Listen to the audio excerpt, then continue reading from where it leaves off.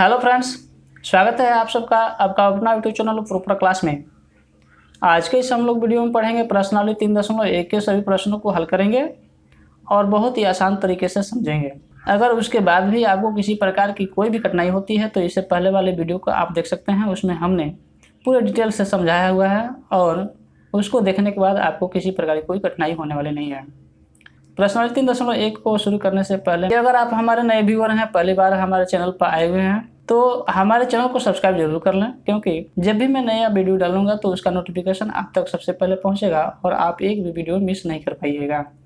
तो आइए शुरू करते हैं आज का पहला प्रश्न, जो प्रश्नावली 3.1 का है। पहला प्रश्न दिया हुआ है कि सरल एवं बंद आकृति क्या होती है, उदाहरण देते हुए उनके प्रमुख गुणों को समझाइए।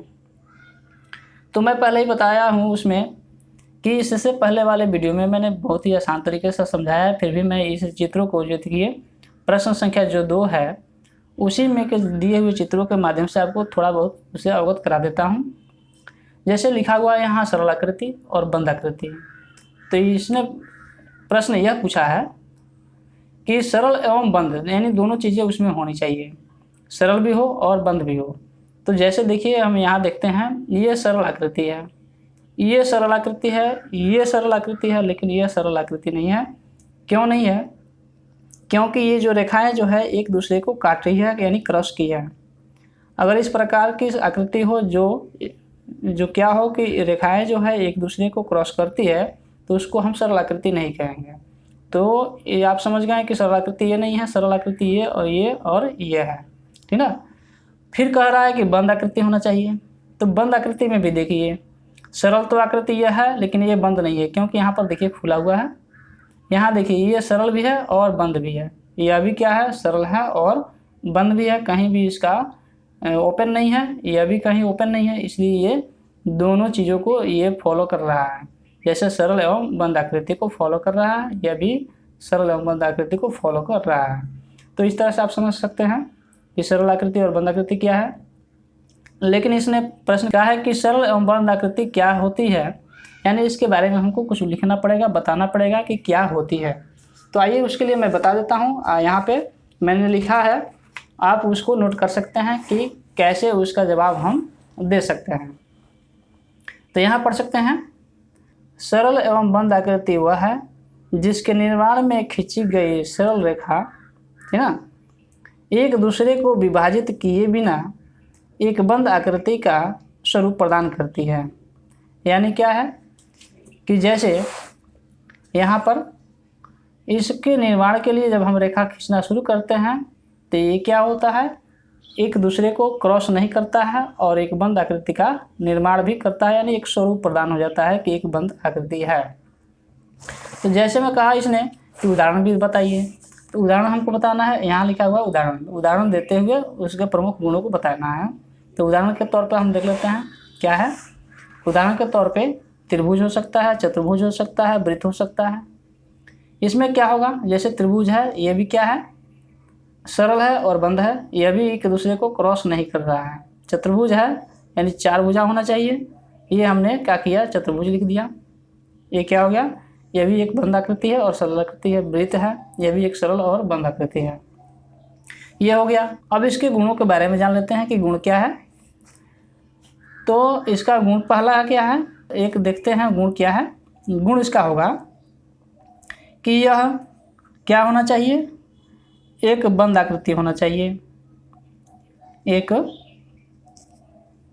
बंद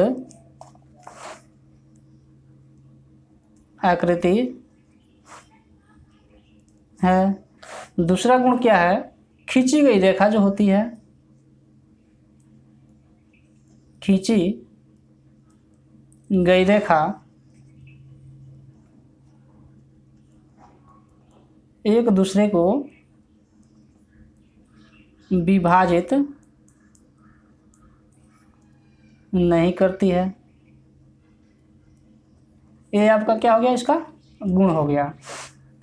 और तीसरा गुण हम एक लिख देते हैं कि यह एक क्षेत्रफल का निर्माण करती है। यह क्षेत्रफल का निर्माण करती है। ये इसका क्या हो गया, गुण हो गया। जैसे देख लीजिए यहाँ जो आकृति है इसमें क्षेत्रफल हम निकाल सकते हैं, इसका भी निकाल सकते हैं, इसका भी निकाल सकते हैं। लेकिन यदि यह इस तरह का कुछ हो तो क्या इसका हम क्षेत्रफल निकाल पाएंगे? नहीं ना निकाल पाएंगे। तो इसलिए क्या है, यह एक क्षेत्रफल का भी निर्माण करता है, क्षेत्रफल भी हम उसको निकाल सकते हैं। प्रश्न संख्या 2 में है कि निम्न आकृतियों में से पहचान करें कि कौन सी सरल है, कौन सी बंद है व सरल है, कौन सी खुली है, कौन सी उत्तल एवं कौन सी अवतल आकृति है। यानी आपको इसमें पहचान के बताना है कौन खुला है, बंद है, अवतल है, उत्तल है या खुली है या सरल है। तो इन सभी चीज़ों को आपको पहचानना है और उस आकृति के सामने आपको लिख देना है। तो मैंने यहाँ कॉपी पर बना लिया है इसी तरह का। तो देखिए यहाँ पे चीज़ें हम देखेंगे पहले कि इसने कहा है, तो ये इस आकृतियों को हम क्या कह सकते हैं। पहला वाला जो आकृति है इसको लिख सकते हैं कि यह एक सरल आकृति है, सरल है। और क्या है, यह बंद भी है, बंद भी आकृति है। उसके बाद क्या है, ये जो है उत्तल आकृति है। तीसरा क्या है, यह उत्तल आकृति है। यानी 3 चीज़ें इसमें विद्यमान है। क्या क्या, सरल, बंद एवं उत्तल आकृति है। इसमें पहले पूछा गया है कि आपको बताना है कौन सी सरल है, कौन सी बंद व सरल है, ठीक ना। तो ये क्या है आपका, बंद और सरल भी है। और फिर से देखना है, इसमें बताना है कि कौन सी आपकी उत्तल है या अवतल है। तो ये आपका उत्तल हो गया। फिर यहाँ देखते हैं ये कैसा है आकृति, यह एक खुली आकृति है। इसमें पहला गुण क्या है, यह खुली आकृति है। लेकिन ये खुला होने के बाद भी ये एक सरल आकृति है। इसको क्या कहेंगे हम, सरल आकृति कहेंगे, सरल आकृति है, ठीक ना। और ये जो जब खुली हुई है तो ये आपका ना अवतल होगा और ना ही उत्तल आकृति होगा, ठीक। अब देखिए यहाँ पे यह जो आकृति है यह एक बंद आकृति है, ठीक ना। लेकिन यह सरल आकृति नहीं है, बंद आकृति है। अच्छा, इसको देखते हैं क्या है। ये जो आकृति है यह सरल आकृति है और यह दूसरा क्या है, यह बंद भी आकृति है। और तीसरा गुण क्या है, यह एक अवतल आकृति है, अवतल, ठीक ना। 3 चीज़ें इसमें है और 3 चीज़ें इसमें है। ये सरल, बंद और उत्तल है। ये सरल, बंद और अवतल है। अवतल इसलिए है कि देखिए इसका जो है अंदर जो बना हुआ कोण है यह 180 डिग्री से बड़ा है। इसमें देखते हैं, इसमें ऐसा कोई भी कोण नहीं है जो 180 डिग्री से इसका कोण कोई भी बड़ा हो, ठीक ना, उससे कम ही है। लेकिन यहाँ पर देखते हैं 180 डिग्री से बड़ा हो गया है, इसलिए क्या हो गया, ये अवतल आकृति हो गया, ठीक ना। 3 नंबर क्वेश्चन है, नीचे दिए गए बहुभुज का नाम लिखिए तथा उसके सभी संभावित विकर्ण खींचिए।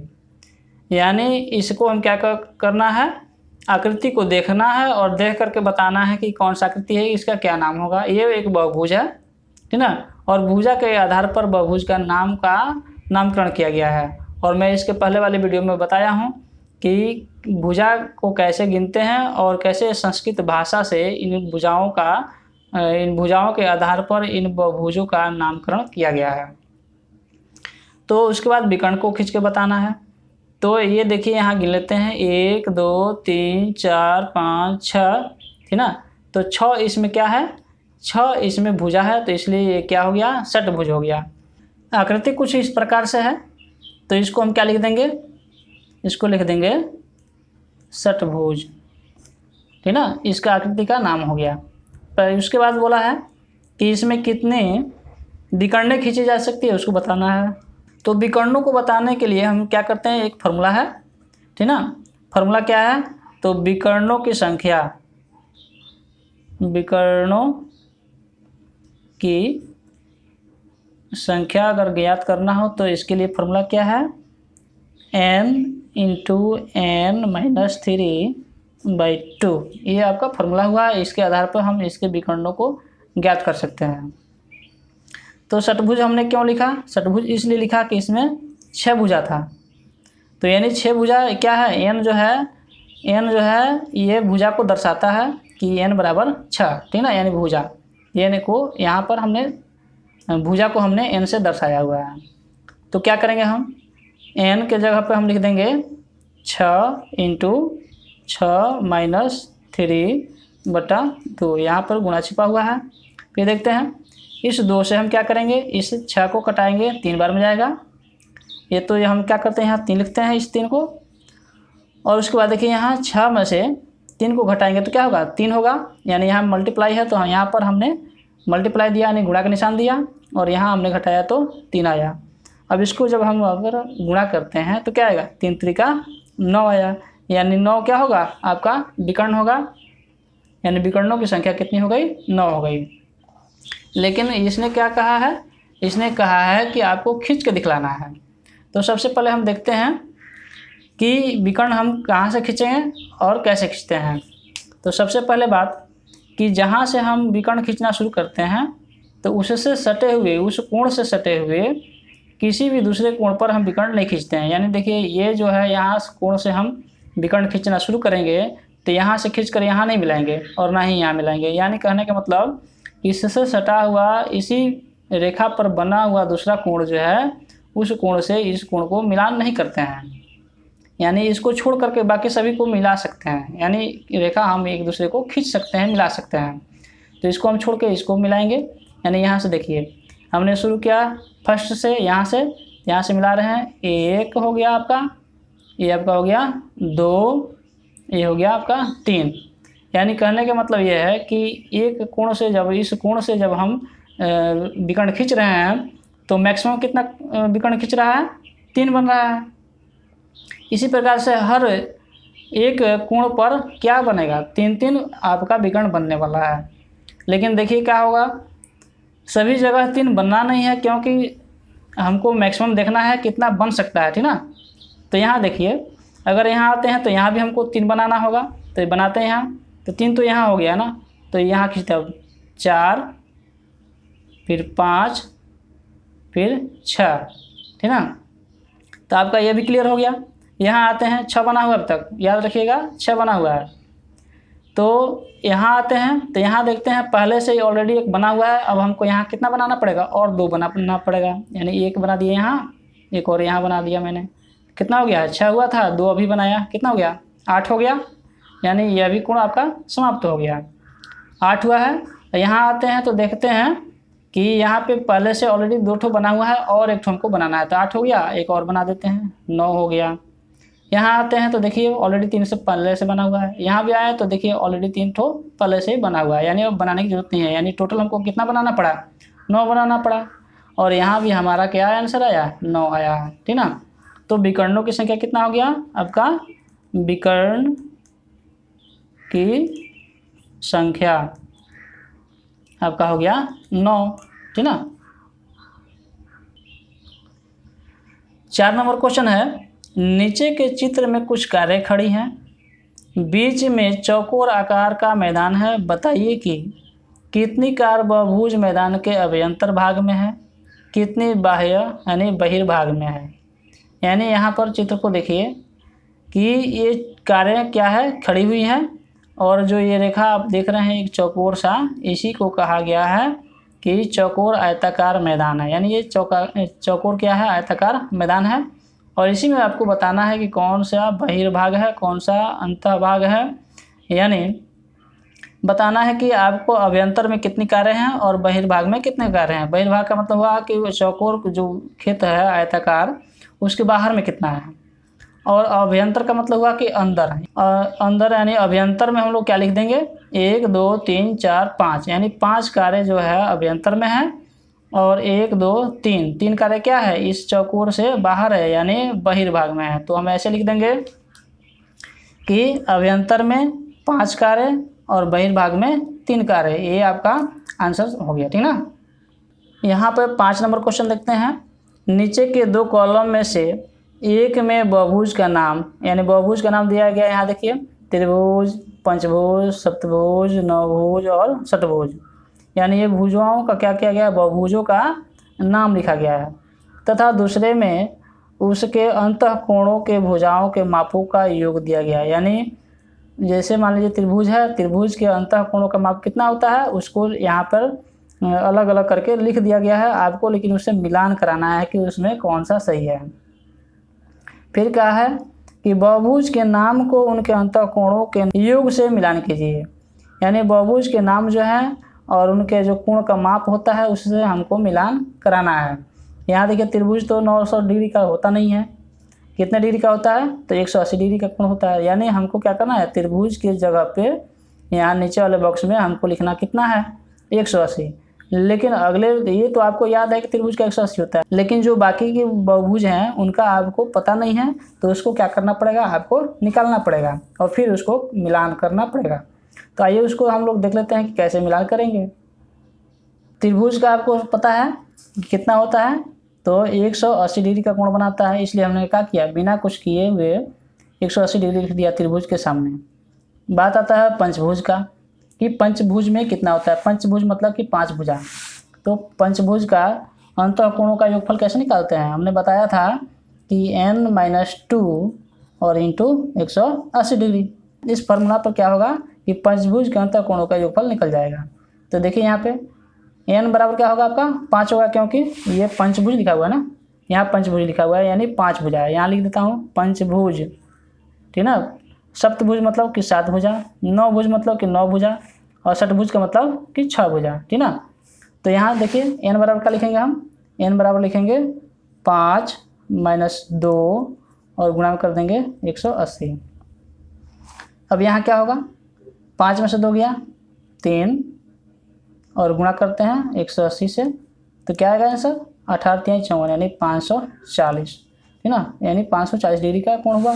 तो देखिए यहाँ पर लिखा हुआ है 540, तो इस 540 को क्या करेंगे हम, यहाँ पर लिखेंगे 540 डिग्री, ठीक ना। फिर देखते हैं सप्तभुज में क्या भराएगा। यहाँ लिखा हुआ है जो चीज़ें, जो आंकड़ा दिया गया है उसी को यहाँ भरना है, लेकिन कौन सा भरेंगे उसको निकालने के लिए हम यहाँ हल कर लेते हैं। सप्तभुज यानी 7 भुजा। तो यहाँ हम लिखते हैं,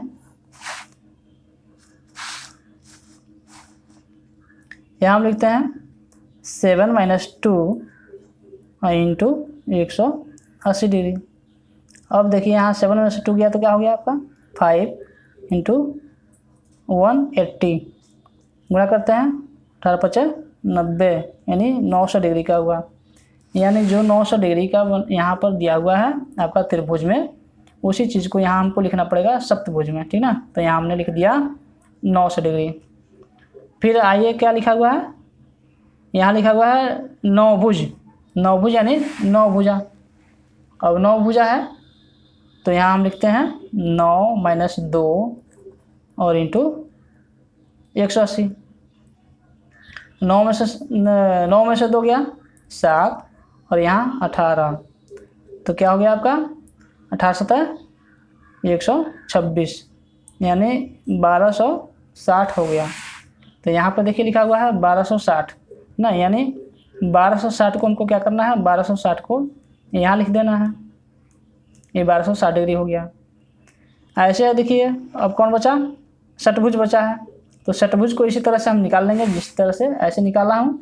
लेकिन दूसरा तरीका क्या है कि आप अंदाज़ा लगा सकते हैं, अनुमान लगा सकते हैं कि हमने क्या किया, 180 को यहाँ लिख दिया, 540 को यानी इसको हमने यहाँ लिख दिया, 900 को यहाँ लिख दिया यानी 900 भी यहाँ निकल गया, 1280 भी यहाँ निकल गया। बचा कौन, आपका बचा है 720, यानी हम यहाँ पर लिख सकते हैं 720 बिना इसका कैलकुलेशन किए हुए, क्योंकि सिंगल वही बच गया था, है ना। इस तरह से आप प्रश्न संख्या जो है आप 5 बना सकते हैं। अब आइए देखते हैं 6 नंबर क्वेश्चन को। 6 नंबर क्वेश्चन है कि एक बहुभुज के अंतःकोणों के मापों का योग 540 डिग्री है, उसमें कितनी भुजाएं हैं बताइए। यानी आपको क्या करना है कि भुजा को बताना है। पहले हमने निकाला गया, भुजा हमको प्राप्त था और उसके अंतःकोणों का योग निकालना था। अब यहाँ पर क्या कर दिया है कि अंतःकोणों का योग दे दिया है और हमको बताना है कि कितनी उसमें भुजाएं हैं, ठीक ना। तो उसको कैसे निकालेंगे हम, तो देखिए यहाँ पर 540 है, हम यहाँ लिखते हैं 540 क्या है, अंतः कोणों का योग, ठीक ना। अंतः कोणों का योग कितना दिया है? 540 दिया है। और आपको पता है कि अंतः कोणों का योगफल क्या होता है, उसका फॉर्मूला क्या होता है? n-2 और गुणा में 180, और यहाँ इसको हम लिख देते हैं 540। यहाँ पे देखिए हम इस जीरो से इस जीरो कटा देंगे। 18 से अगर 54 कटाएंगे तो क्या होगा? 18 × 54 यानी 3 बार में कट गया। यानी यहाँ पर n-2 और बराबर में क्या बचा? यहाँ 3 बचा। फिर क्या होगा? n बराबर, यानी n क्या है? भुजाओं की संख्या है, ठीक ना। अगर n निकल जाएगा तो हमको पता चल जाएगा कि भुजा कितनी है। तो n को यहीं रहने देते हैं और 2 को हम क्या करते हैं? इस बराबर के यानी दाहिने तरफ हम भेज देते हैं। तो यहाँ माइनस में उधर जाएगा तो क्या हो जाएगा? प्लस में जाएगा, यानी 3 और प्लस 2 यानी बराबर क्या हो जाएगा? 5। यानी 5 क्या हो गया? इसमें 5 भुजाएं हैं। ये क्लियर हो गया कि इसमें 5 भुजाएं हैं, ठीक ना। 7 नंबर क्वेश्चन है, एक समबाहुभुज की 8 भुजाएं हैं। यानी एक बहुभुज है जिसका क्या हो? सभी का सभी भुजा जो है सम है यानी बराबर है, उसी को कहेंगे समबाहुभुज, ठीक ना। तो एक समबाहुभुज की 8 भुजाएं हैं, यानी 8 भुजा का एक बहुभुज है।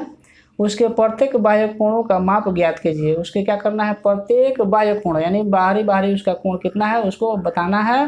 कह रहा है कि प्रत्येक अंतः कोण कितने माप का होगा, तो यानी इसको बताना है।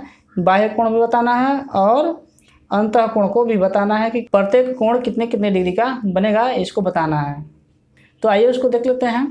मैं पहले ही बता चुका हूँ कि प्रत्येक जो होता है बाह्य कोण जो होता है किसी भी बहुभुज का, त्रिभुज हो, चतुर्भुज हो, पंचभुज हो, कोई भी भुज हो, उसके बाह्य कोणों का योगफल जानते हैं कितना होता है? उसके बाह्य कोणों का योगफल 360 डिग्री ही होता है, ठीक ना। लेकिन क्वेश्चन में क्या कहा है? ये क्वेश्चन नंबर कितना है आपका? क्वेश्चन नंबर 7 है। क्वेश्चन में कहा है कि बाह्य कोणों के प्रत्येक कोणों का माप बताना है। इसमें जो है भुजा कितना है? तो भुजा आपका 8 है, और 8 जब भुजा है तो कोण भी बनेगा 8 ही। इसलिए हम क्या करेंगे? इसलिए हम करते हैं ये कि 360 में हम भाग देते हैं कितना से? 8 से। 8 से जैसे भाग लगाएंगे हमको निकल के जाएगा कि प्रत्येक कोण कितने डिग्री का बनेगा। अगर ऐसे का आपको आता है अगर कटाना तो कटा लीजिए, आसान होगा। या नहीं तो ऐसे भी करा सकते हैं जो आप शुरू में बनाते हैं इस तरह से। 8 से हम क्या करते हैं? भाग देते हैं। तो 8 चौके क्या हो जाएगा? 8 चौका 32 हो जाएगा। और यहाँ आपका 4 हुआ, ये कट गया, ये 0 यहाँ पर उतर गया, और 8 से इसमें भाग लगाएंगे क्या होगा? 8 × 5 = 40, यानी आपको क्या हो गया? 45 डिग्री का कोण बना। तो आपको क्या हो गया? बाह्य, यहाँ लिखते हैं प्रत्येक बाह्य कोण बराबर कितना होगा? आपका 45 डिग्री का होगा। तो उसके बाद बताना है कि अंतः कोण जो है प्रत्येक कितना डिग्री का बनेगा। तो इसके लिए क्या फार्मूला है? अभी हमने बताया कि यहाँ पर इसने कहा है कि 8 भुजा है, भुजा लिख देते हैं यहाँ पर कि भुजा जो है आपका 8 है, और हमको निकालना क्या है? अंतः कोणों का योग निकालना पड़ेगा। उसके बाद हम बता पाएंगे कि प्रत्येक कोण जो है कितने डिग्री का बन रहा है। तो सबसे पहले हम क्या करते हैं? उसका अंतः कोणों का योगफल निकाल लेते हैं। 8 - 2 और इंटू 180 डिग्री करेंगे। यहाँ देखिए घटाते हैं, 8 में से 2 गया 6, और यहाँ क्या हो गया? 180। अब हम करते हैं इसमें गुणा, तो 18 छक टोटल से 180 डिग्री हो गया आपका। अब क्या है? भुजा कितना है? 8 है। कोण भी कितना बनेगा? कोण भी बनेगा आपका 8 ही, ठीक ना। तो प्रत्येक का बताना है, इसलिए हमको क्या करना पड़ेगा? 8 से इसमें इसमें हमको भाग लगाना पड़ेगा, डिवाइड करना पड़ेगा। तो डिवाइड करते हैं अगर 8 से अगर हम डिवाइड करते हैं तो आपका आंसर क्या आएगा? कट करके आ जाएगा 135 डिग्री, ठीक ना। अगर इस तरह से आप नहीं कटा पा रहे हैं तो आप क्या कीजिए? ऐसे आप भाग लगा लीजिए। जैसे यहाँ पर 8 लिखते हैं और यहाँ लिखते हैं हम 1080। देखिए 8 एकम 8 घटाएँ तो क्या हो गया? 2, 8 यहाँ उतर गया, तो 8 तरीका 24 हो गया। यहाँ देखिए 8 में से 4 गया 4, 2 से 2 कट गया, फिर ये 0 उतर गया, यहाँ 40 हो गया, तो 8 × 5 = 40, ठीक ना। आपका ये क्या हो गया? कट गया, क्या आ गया आपका? 135 डिग्री, यानी यहाँ पर 135 डिग्री हो गया। तो यहाँ पर लिख सकते हैं हम लोग क्या? कि प्रत्येक अंतः कोण का माप, ठीक है ना, माप क्या हो जाएगा आपका 135 डिग्री। ये आपका आंसर हो गया। इसी के साथ हमारा प्रश्नावली 3.1 जो है समाप्त होता है। अगर आप हमारे नए व्यूअर हैं तो ज़रूर सब्सक्राइब कर लीजिएगा। अगर आपको ये वीडियो हमारा पसंद आया, अगर आपको पढ़ाने का तरीका अच्छा लगा तो हमारे इस वीडियो को लाइक ज़रूर कीजिएगा और अपने दोस्तों के साथ शेयर ज़रूर कीजिए। उनको भी बोलिए सब्सक्राइब करें और लाइक करें और हमारे साथ जुड़े रहें और अपने ज्ञान को बढ़ाते रहें। धन्यवाद।